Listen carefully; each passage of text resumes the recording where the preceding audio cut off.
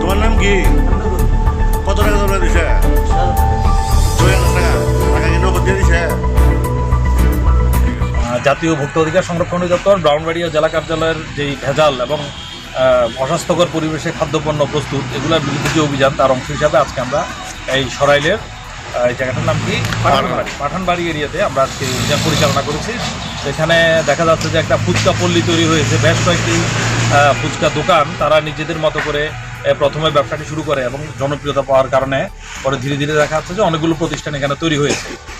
তো তার প্রেক্ষিতে আমরা আজকে যেটা দেখতে পেলাম যে এখানে যে ন্যূনতম যেই স্বাস্থ্যর সুরক্ষা বা ন্যূনতম যেই স্বাস্থ্যকর পরিবেশে যে খাদ্য উৎপাদন করার এই বিষয়গুলো তাদের অনেক কিছু তাদের অজানা ছিল এবং তারা তাদের নিজেদের ইচ্ছা মতো খাদ্যপণ্য প্রস্তুত করছিল।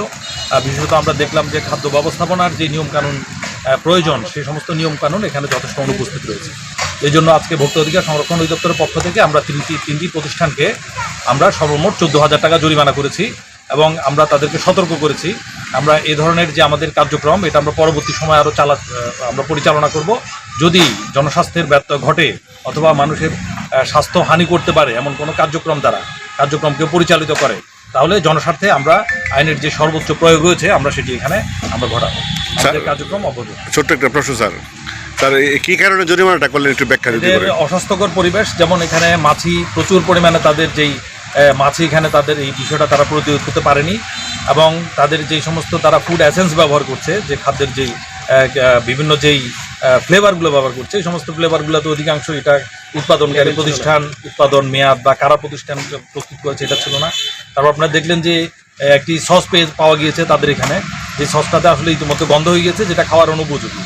তো এই সমস্ত বিষয়গুলো এবং আরও রয়েছে যে তাদের যে প্রতিষ্ঠানের ভিতরে মেয়াদ উত্তীর্ণ পণ্য তারা রেখে দিয়েছে, এটা কোনোভাবেই প্রতিষ্ঠানের ভিতর রাখা যাবে না। এবং আমাদের যেই আজকে তারা যেই প্রতিষ্ঠানগুলোতে আজকে যেই খাদ্য প্রস্তুত করবে আজকে রাতেই তারা সেটা পরিষ্কার করে চলে যাবে, এটা পরের দিন সকাল পর্যন্ত কোনোভাবে রাখা যাবে না। এবং ইঁদুর বিড়াল এবং মশা মাছি এই সমস্ত উপদ্রব যে কোনো প্রকারেই তাদের খাদ্য স্থাপনাতে বন্ধ করতে হবে। এই বিষয়গুলো তাদেরকে আমরা সতর্ক করেছি এবং এই জন্য এটা ব্যর্থ ঘটার কারণে আমরা তাদেরকে আইনা বাধা। স্যার আপনি একটু পরিচয় রাখবেন? আমি সহকারী পরিচালক।